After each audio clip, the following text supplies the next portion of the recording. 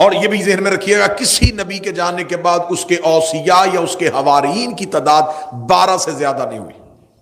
موسیٰ کے جانشین 12 تھے، نقبہ موسیٰ 12 تھے، جناب عیسیٰ کے حوارین 12 تھے. ہر نبی کے تعداد 12 تک مقید ہوئی. مشکات، ترمذی، جتنی حدیث کی کتابیں چاہو، سب نے اس حدیث کو سند کے ساتھ لکھا ہے کہ رسول نے کہا میرے بعد 12 خلفاء ہوں گے. اب ہمارے پاس تو 12 آئمہ کی صورت میں موجود تھے. انہوں نے کہا نہیں، یہ 12 آئمہ نہیں. انہوں نے کہا کہ شرح فقہ اکبر سب سے معتبر کتاب ہے ان کی.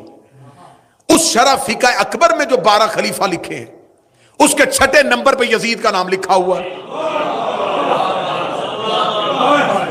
یعنی کہ خلافت کمزور ہوتی ہوتی اتنی کمزور ہو گئی کہ 6 نمبر پہ یزید آ گیا.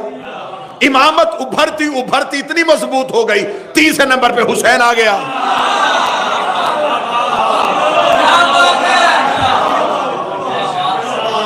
اب وہ جس نے مکہ کی پہاڑیوں پہ 2 بزرگ کھڑے تھے،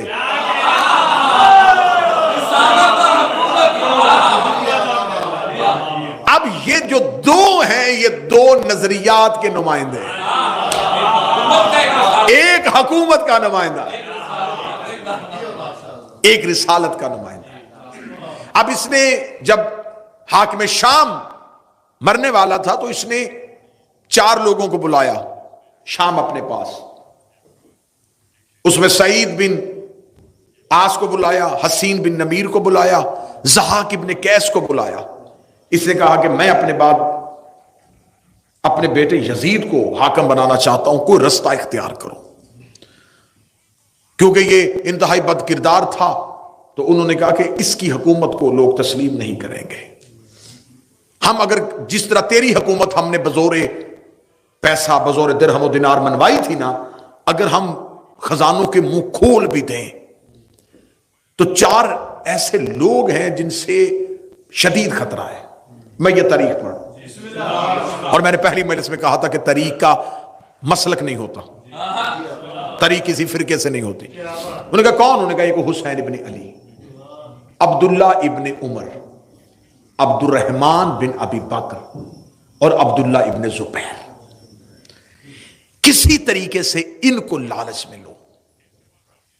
یہ اپنی زندگی میں حاکم شام مکہ پہنچا حج کے دنوں میں، تو اس نے 4 افراد کے ساتھ علیحدہ علیحدہ ملاقات کی.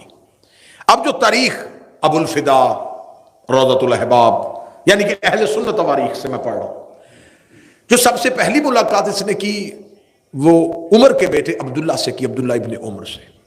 اس نے کہا کہ اگر میں اپنے بعد یزید کو خلیفہ بناؤں تو تو اسے کیسا دیکھتا ہے، تو اس کی خلافت کے بارے میں کیا خیال رکھتا ہے؟ ان کا آگے سے جواب یہ تھا دیکھ مجھے تو حکومتوں کے ساتھ کوئی لینا دینا نہیں، میں گوشہ نشین آدمی ہوں، اگر سب نے تسلیم کیا تو میں بھی کر لوں. یہ ان کا جواب تھا کیونکہ انہوں نے اس ایک اصول پہ خلافتیں بنتی دیکھی تھی.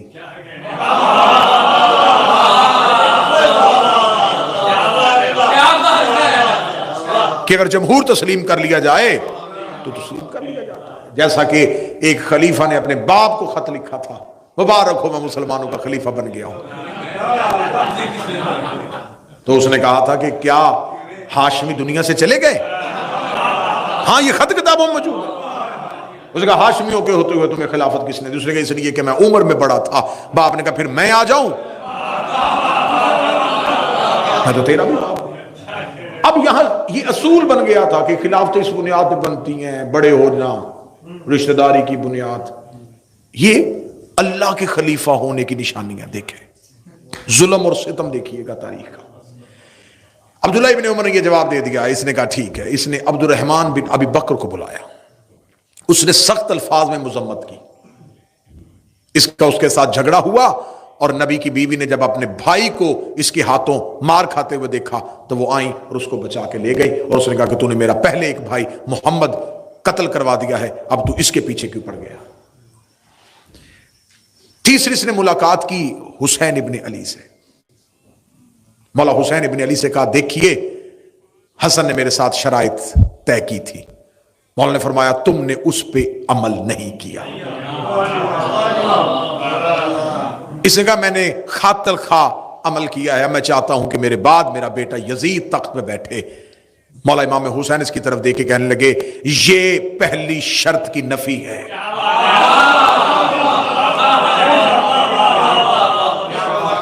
اللہ کی زمین پہ ہمارے ہوتے ہوئے کسی کو حاکم مسلط کرنا یہ کفر ہے۔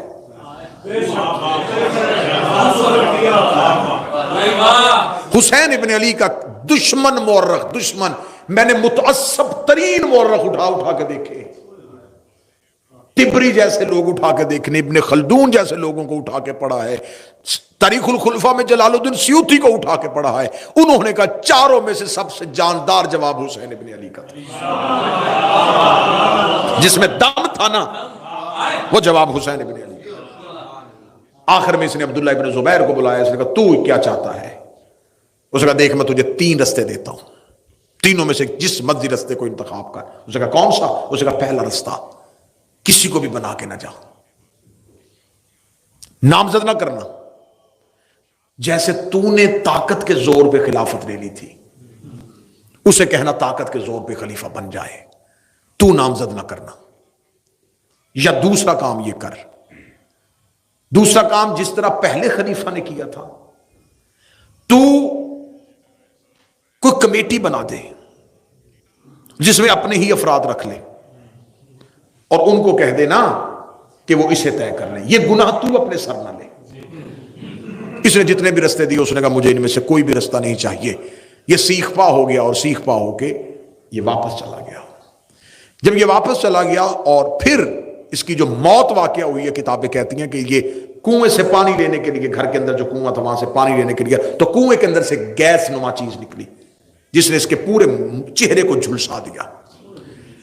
پھر اس کے بعد جتنی دیر زندہ رہا لوگوں کے سامنے نہیں آتا تھا، اور اہل سنت کتابیں کہتی ہیں کہ یہ اپنے کمرے میں کہتا تھا کاش میں نے حجر بن عدی کا قتل نہ کیا ہوتا، کاش میں نے مال کے اشتر کو نہ مروایا ہوتا، کیونکہ حجر بن عدی وہ علی کا نوکر ہے جس کا تقوی عرب میں مشہور تھا اور ایمان کی اس بلندی پہ تھا۔ جب اس نے اس کے بیٹوں سمیت اس کو گرفتار کروایا اور قتل کروانے کے لیے جلاد کو تلوار دی تو حجر بن عدی سے کہا کوئی وصیت؟ کہنے لگا میرے سامنے میرے بیٹوں کو قتل کر۔ اس نے کہا کیسا باپ ہے آنکھوں کے سامنے بیٹے مروا رہا ہے؟ اس نے کہا اس لیے قتل کروا رہا ہوں کہیں میرا قتل ہوتا دے کے علی کو چھوڑ نہ دے، اگر انہوں نے میرے بعد علی کو چھوڑ دیا میں علی کو کیا منہ دکھاؤں، بہتر یہ ہے انہیں پہلے مار تاکہ میں نسل کی وجہ سے شرمندہ نہ ہو سکوں۔ ایک پوری مجلس چاہیے حجر بن عدی کے عنوان پہ، کیسے کیسے علی کے باوفا نوکر تھے،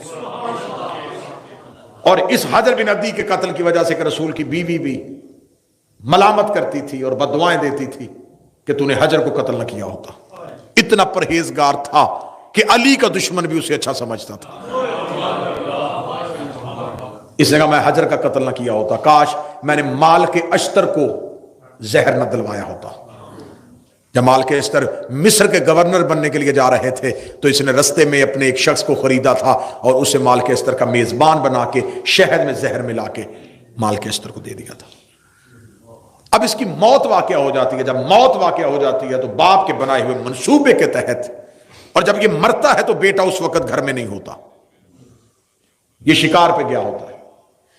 وہ جن لوگوں کو اس نے بلایا ہوا تھا نا، ضحاک بن قیس اور حسین بن نمیر اور سعید بن عاص، یہ جلدی جلدی لوگوں کو اعلان کر دیتے ہیں کہ حاکم شام مر گیا ہے اور وہ اپنی زندگی میں وصیت کر کے گیا تھا کہ میرے بعد میرے بیٹے یزید کی بیعت لے لینا، اور اس کے واپس آنے تک ہم اس کی بیعت لیتے ہیں۔ جب انہوں نے بیعت لینی شروع کر دی تو اب جہاں جہاں اس کے گورنر بیٹھے ہوئے تھے حاکم شام کے، ان کو ایک مراسلہ بھیج دیا گیا کہ جہاں جہاں بھی بیٹھے ہو یہیں پہ تعینات رہو اور لوگوں سے یزید کے ہاتھ میں بیعت لو۔ جب انہوں نے یزید کی بیعت کروانی شروع کر دی تو اب ایک مراسلہ مدینے پہنچا ہے اور مدینے کے گورنر ولید بن عقبہ ملعون کو کہا گیا ہے کہ تم حسین ابن علی سے بیعت لو۔ اب یہاں سے میں تاریخ کا ایک اگلا رخ لوں گا جہاں سے کل کی میری گفتگو جناب مختار پہ آ کے رک جائے گی، اور بڑی مفصل انداز سے میں جناب مختار پڑھوں گا مورخ کا مختار پہ لگایا ہوا الزام، جس مورخ نے جیسے جیسے مختار پہ الزام لگائے وہ الزامات کی پڑتال کی جائے گی. جناب مختار کے بارے میں کس کس امام نے کیا کیا حدیث کہی تھی، جناب مختار نے کیسے انتقام لیا تھا، کس کی دعا سے مختار پیدا ہوا تھا، کس کی گود میں مختار جوان ہوا تھا، یہ سارے معاملات. لیکن آج کی مرحلے پہ اگر آپ سن رہے ہیں نا تو میری بڑی کوشش اور خواہش ہمیشہ یہ ہوتی ہے کہ جو موضوع میں پڑھوں اگر سامعین اس میں متوجہ ہوں تو کچھ موضوع سوال چھوڑ جاتے ہیں، لیکن آپ کا سوال نہ پوچھنا اس بات کی دلیل ہے کہ آپ صرف مجلس سمجھ کے سن رہے ہیں، کیونکہ 1 گھنٹے میں یا 45 منٹ کے تمام چیزوں کو کور کرنا مشکل ہو جاتا ہے، سوالات تو ادھورے رہ جاتے ہیں. اب جو کوفہ کی حالت تھی وہ میں نے آپ کے سامنے کل پوری مفصل انداز سے پڑھ دی کہ کوفہ 3 طبقوں میں تقسیم ہو چکا تھا. سارا کوفہ بے وفا نہیں تھا. کوفہ میں سلیمان بن سرد خزائی، حانی بن عروہ، مختار سقفی، حبیب ابن مظاہر، مسلم ابن اوسجا، عابس شاکری، یہ کردار ابھی کوفہ میں موجود ہے.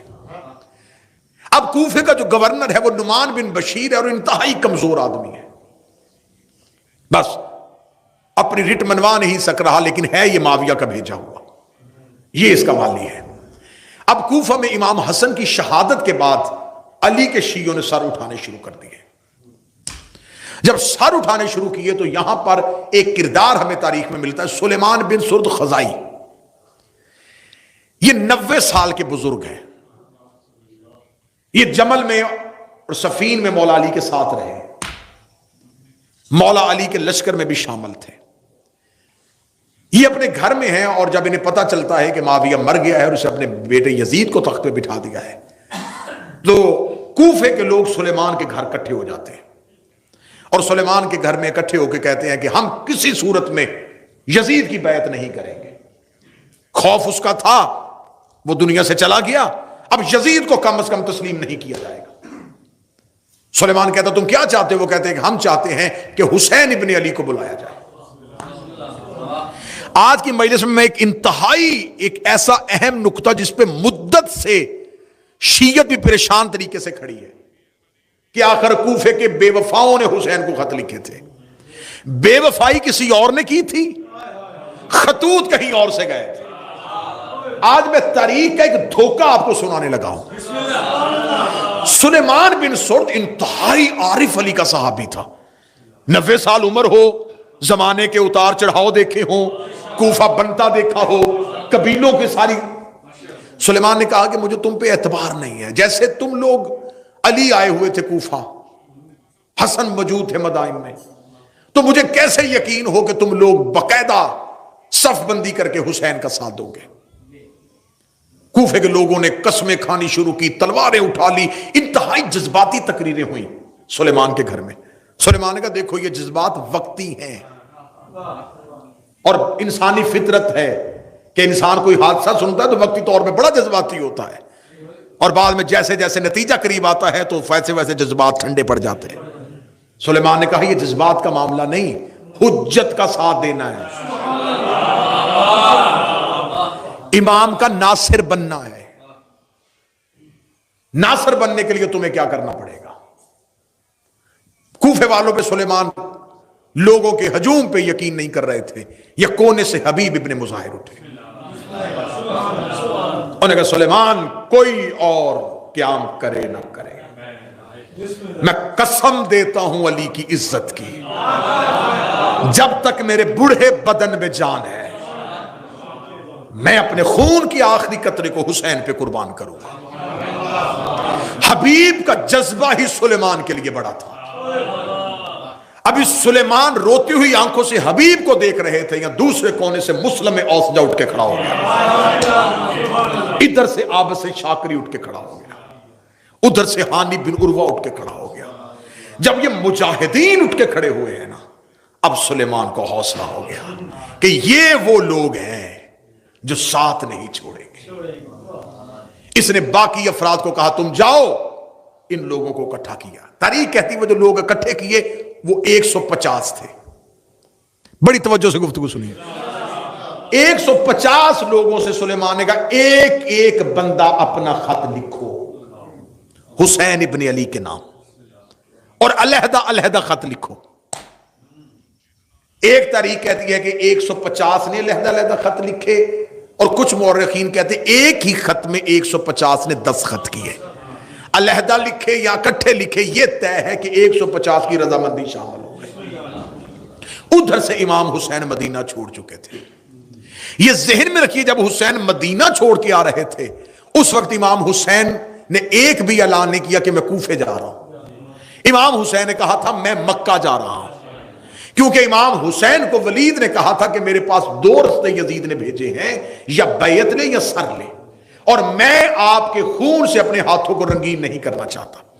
امام حسین بیعت کرنا نہیں چاہتے تھے اور سر مدینے میں دینا نہیں چاہتے تھے، لہذا امام حسین نے ہجرت کر لی۔ ہجرت امام حسین نے جب کی تو امام حسین مکہ آ کے بیٹھ گئے۔ یہ مکہ میں امام حسین کا قیام جو ہے یہ 6 ماہ کا ہے، مسلسل امام حسین مکہ میں بیٹھے رہے، اور مکہ میں کسی اپنے دوست کسی نوکر کے گھر نہیں، جناب خدیجۃ الکبریٰ کے گھر میں رہے تھے، کیونکہ مکہ میں جناب خدیجہ کا محل تھا جس کی چابی حسین کے گھر میں پڑی ہوئی تھی۔ مولا امام حسین آ کے بیٹھ گئے مکہ میں، اور اب 150 لوگوں نے جب پتہ چل گیا نا، تو اب اگر یہاں علی کے شیعہ تیاری کر رہے ہیں تو معاویہ کے بھی ابھی لوگ باقی ہیں۔ ان میں کردار ہمیں تاریخ نے بتایا ہے، مسلم ابن عمر یا مسلم بن حالی، یہ نام بتایا ہے۔ یہ یزید کا جاسوس تھا، اس نے یزید کو خط لکھا کہ یہاں سے سلیمان بن سرد خزائی کے گھر میں بڑے بڑے قبیلوں کے سرداروں نے اکٹھے ہو کے حسین ابن علی کو خط لکھا ہے۔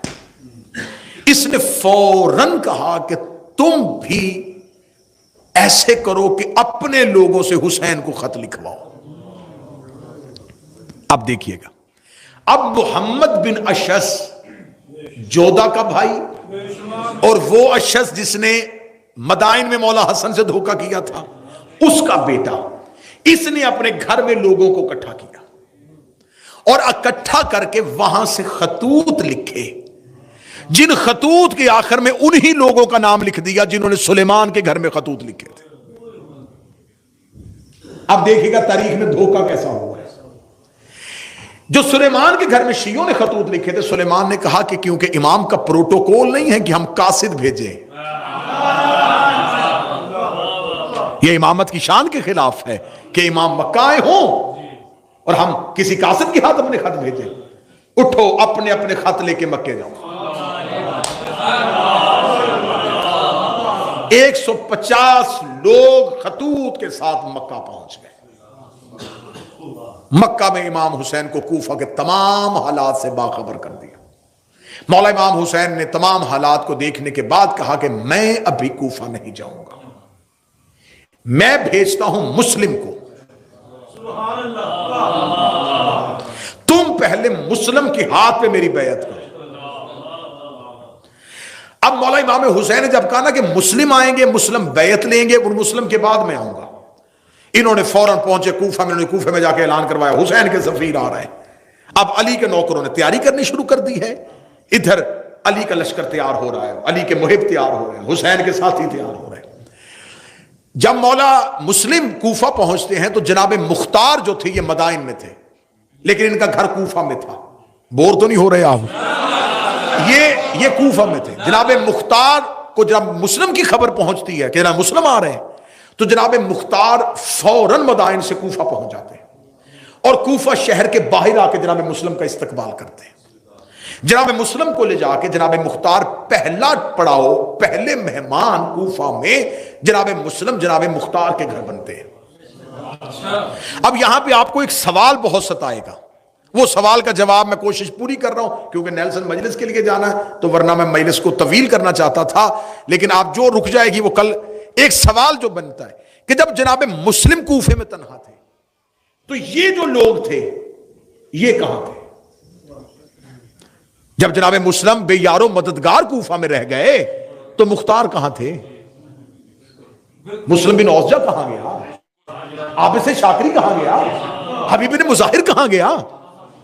یہ سوال ابھرے گا کہ جن لوگوں نے قسمیں کھائی تھی پھر جناب مسلم کی نصرت کے لیے کیوں نہیں تھے؟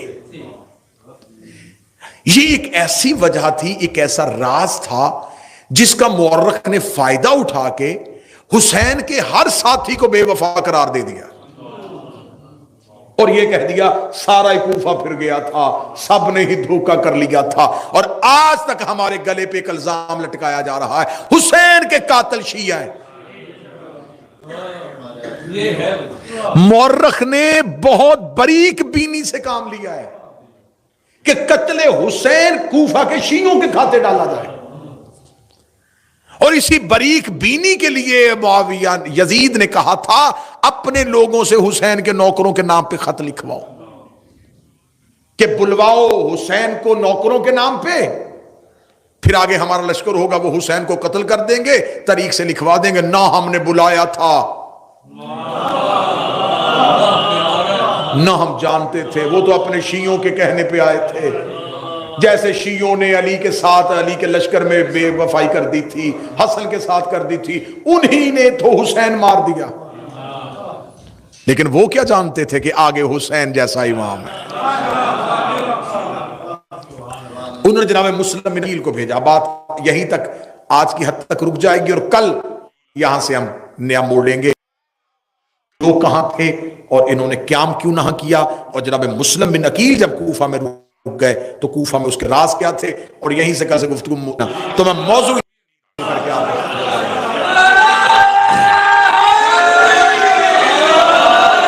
لیکن آپ نے یہ قتل ہمارے کھاتے میں ڈالا کہ امام حسین کو قتل شیعوں نے کیا تھا، لیکن تمہاری بدبختی نے تمہارا ساتھ پھر نہیں چھوڑا، تمہاری قسمت نے تمہارا ساتھ نہیں دیا، بدبختی نے ساتھ نہیں چھوڑا کہ تم نے لکھ دیا کہ حسین کے قاتل جو تھے وہ عمر ابن سعد تھا، وہ حسین بن نمیر تھا، وہ محمد بن اشعث تھا۔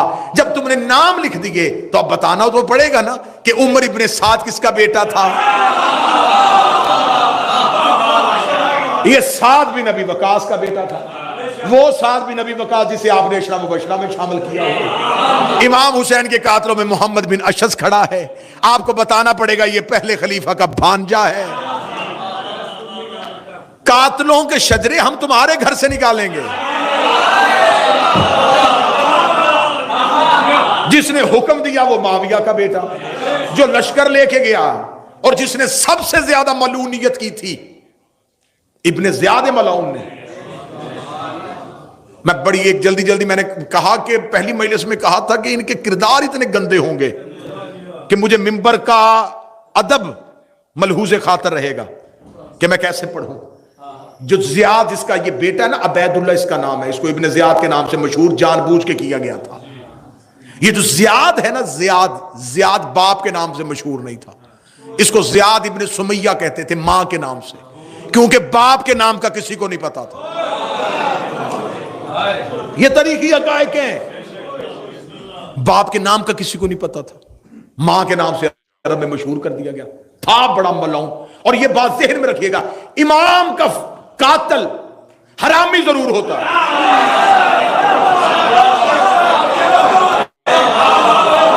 یہ بات طے ہے، معصوم کا قاتل حلالی نہیں ہو سکتا۔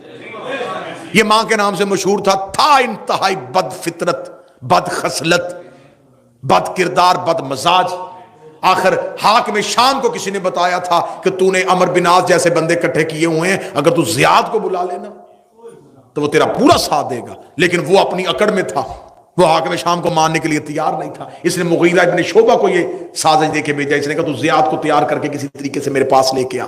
جب اس نے زیاد کو لے کے آیا کہ تجھے حاکم شام ملنا چاہتا ہے، اس نے اپنے دربار میں بڑی تقریب کا انعقاد کیا۔ لوگوں نے کہا آج کیوں؟ کہنے لگا آج میرا ایک بچھڑا ہوا بھائی مل گیا۔ جب یہ دربار میں پہنچا تو لوگوں نے کہا کہ تو حاکم شام کا بھائی ہے؟ اس نے کہا نہیں، میں تو اس کا بھائی نہیں۔ اس نے 4 لوگوں سے دربار میں گواہی لی کہ اس کا باپ میرا باپ ہے، اور یہ تاریخی حقائق ہے، میں نے آپ کے سامنے پہلے۔ اور اس نے مغیرہ ابن شعبہ کو کاندھا مار کے کہا تھا کہ تو مجھے یہاں گالیاں دلوانے کے لیے لے کے آیا تھا، کہ یہ گالی ہے نا کہ بھرے دربار میں یہ کہہ رہا ہے. اور اس نے 4 لوگوں سے قرآن پہ قسم دلوائی. اور وہ بات آپ کبھی ممبر کے علاوہ مجھ سے پوچھ لیجئے گا, میں پورا آپ کو واقعہ سنا دوں گا کہ انہوں نے کس انداز میں گواہی دی اور اس کو کس طرح اس کے ساتھ بھائی کے رشتے سے جوڑا, اور انہوں نے تسلیم کر لیا کہ میرا بھائی ہے. تو قاتل حسین تو تمہارے بھائی تھے, تو اگر تم نے ہمارے کھاتے میں ڈال دیا ہے تو پھر ہم لعنت کریں, تمہیں تکلیف کیا ہے؟